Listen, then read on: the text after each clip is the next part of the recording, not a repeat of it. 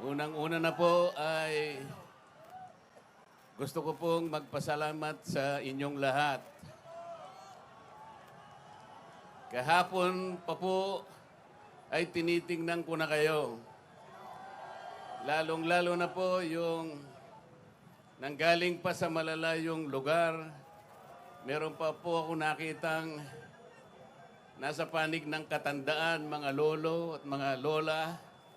Kahit na po ang lakas ng buhos ng ulan, walang tumitinag, walang umuuwi.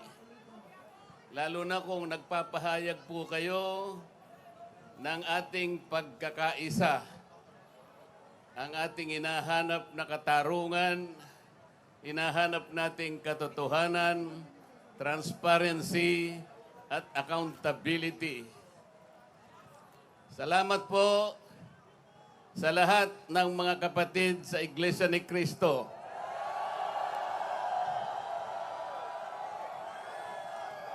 Salamat din po sa mga hindi kapatid ngunit nakikisang-ayon at sumusuporta sa pagkakaisa natin sa gabing ito. Ang iba po ay mga kakilala ko, yung iba po ay hindi ko man kakilala, ngunit nagpahayag po sila ng pagsuporta at pagmamahal sa ating bansa at sa ginagawa natin ngayon. Hindi na nga po sana ako pupunta dito. Kasi baka akalain po nung iba, ako pa po yung nag-i-instigate, hindi po. Ang palagi ko pong ginagawa, kagaya ng palagi kong sinasabi, ay kailangan maipakita natin kung ano ang tunay at tapat na paglilingkod ng isang public servant sa pamahalaan. Gusto ko pong gamitin ang aking sarili na isang mabuting halimbawa kung paano ang isang public official ay tumupad ng kanyang tungkulin dahil sa pinagtiwalaan ng mga tao para sila ay paglingkuran. Hindi ko po alam kung paano ko kayo pasasalamatan sa tuwing nababanggit ang aking pangalan na sinusuportahan po ninyo ang aking ginagawa para sa ating bansa.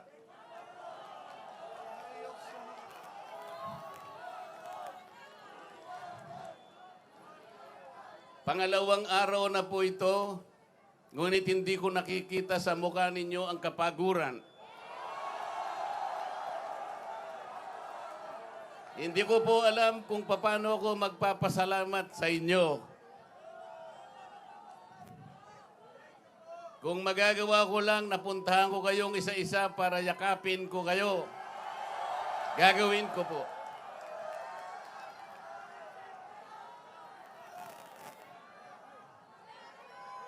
Naisip ko nga, magdadala na lang ako ng hopya.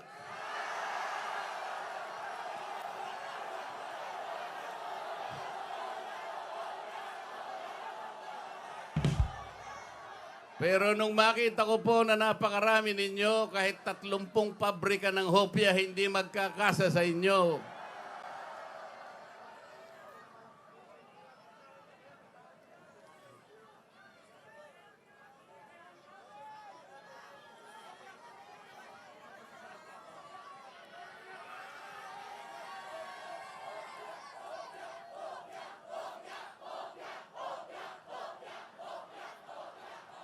Bakit nilulunod ang pag-iimbestiga sa flood control scam? Bakit si Marcoleta ang ikukulong, kayo ang mandarambong?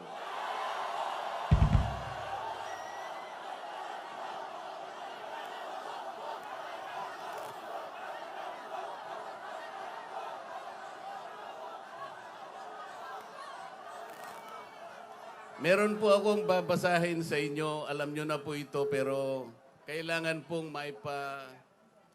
alam ko uli sa inyo para maitatak po sa ating puso.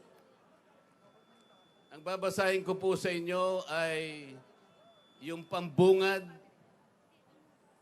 o yung preambulo ng ating saligang batas. Ito po ang kauna-unahan, ito ang pambungad, ito yung panimula. Kung tawagin natin sa English ay preamble. Ito po ang sama-samang isinulat ng bawat isang Pilipino noong ang ating saligang batas ay ating pinagtibay. Babasahin ko po. Kami, ang nakapangyayaring sambayanang Pilipino na humihingi ng tulong sa makapangyarihang Diyos upang bumuo ng isang makatarungan at makataong lipunan at magtatag ng isang pamahalaan nakakatawan sa aming mga mithiin at mga lunggatiin. Magtataguyod ng kabutihan sa bawat isa, mangangalaga at magpapaunlad ng aming kamanahan at titiyak para sa aming sarili at sa angkanang susunod ng mga biyaya ng kalayaan at demokrasya sa ilalim ng pananaig ng batas at ng pamahalaang puspos ng katotohanan, katarungan, kalayaan, pag-ibig, pagkakapantay-pantay at kapayapaan ay naglalagda at naghahayag ng konstitusyong ito. Mga kababayan, ito po ang batayan kung bakit nandito tayo ngayon.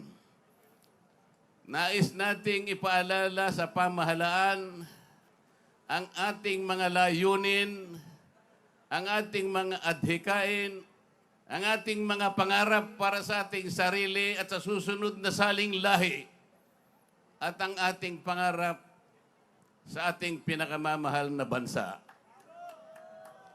Ito po ang aking paninindigan at alam ko ito ang ating pinagkaisang paninindigan ngayong gabi.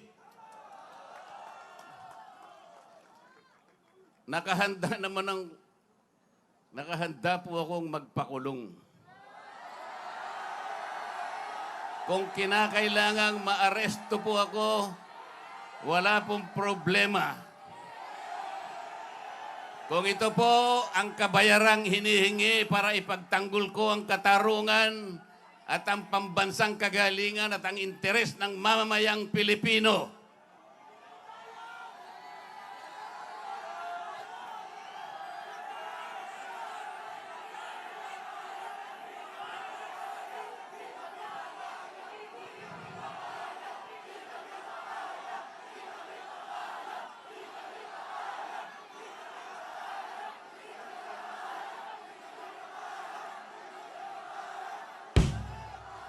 Sana man lang may ninakaw ako. Sana man lang kasama ko sa mga mandarambong. Mga nabanggit na yung mga pangalan nila. Ang isa ay si Martin Romualdez. Ang pinagdalhan ng mali-malitang pera.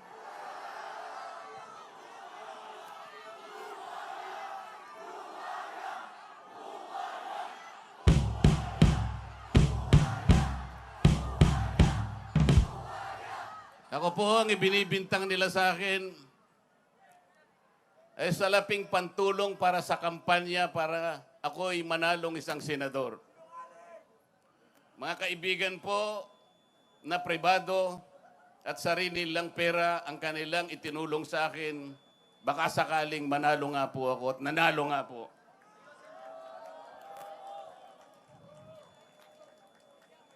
Hindi ko na po ipaliliwanag ang technicality kung paano nila inimbento ang isang gawa-gawang asunto laban sa akin.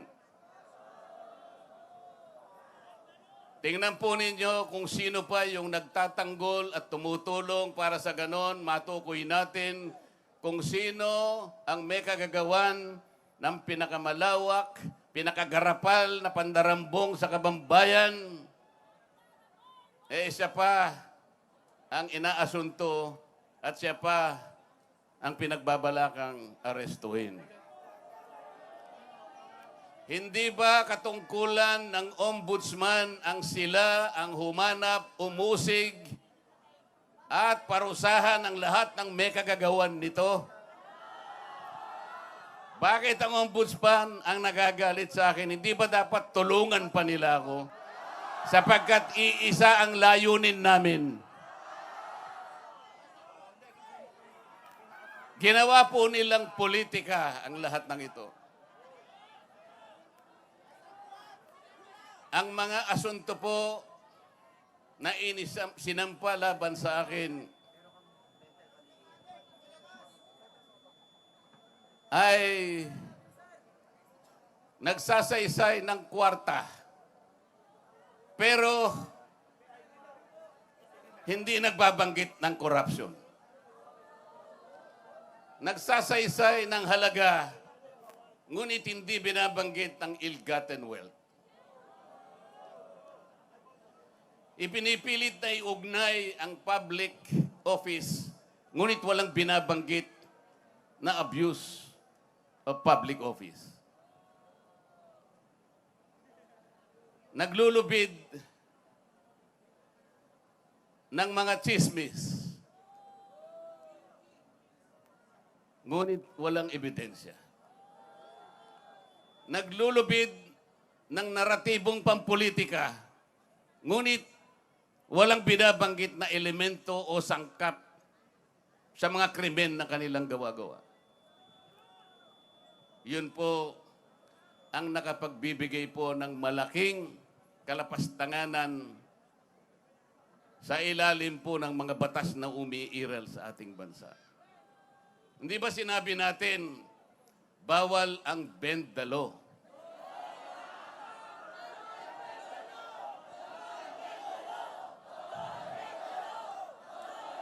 Ayun.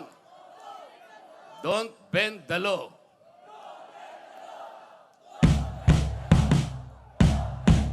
Paano naman kasi? Isa naman kasama ko doon sa bulwagan sa Senado, bigla na lang nagsalita. Sometimes you have to bend the law to be able to please the people.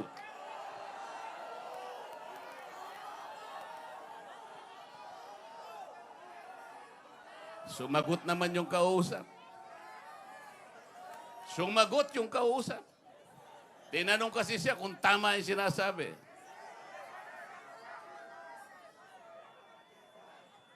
Ang sabi niya, yes, sir.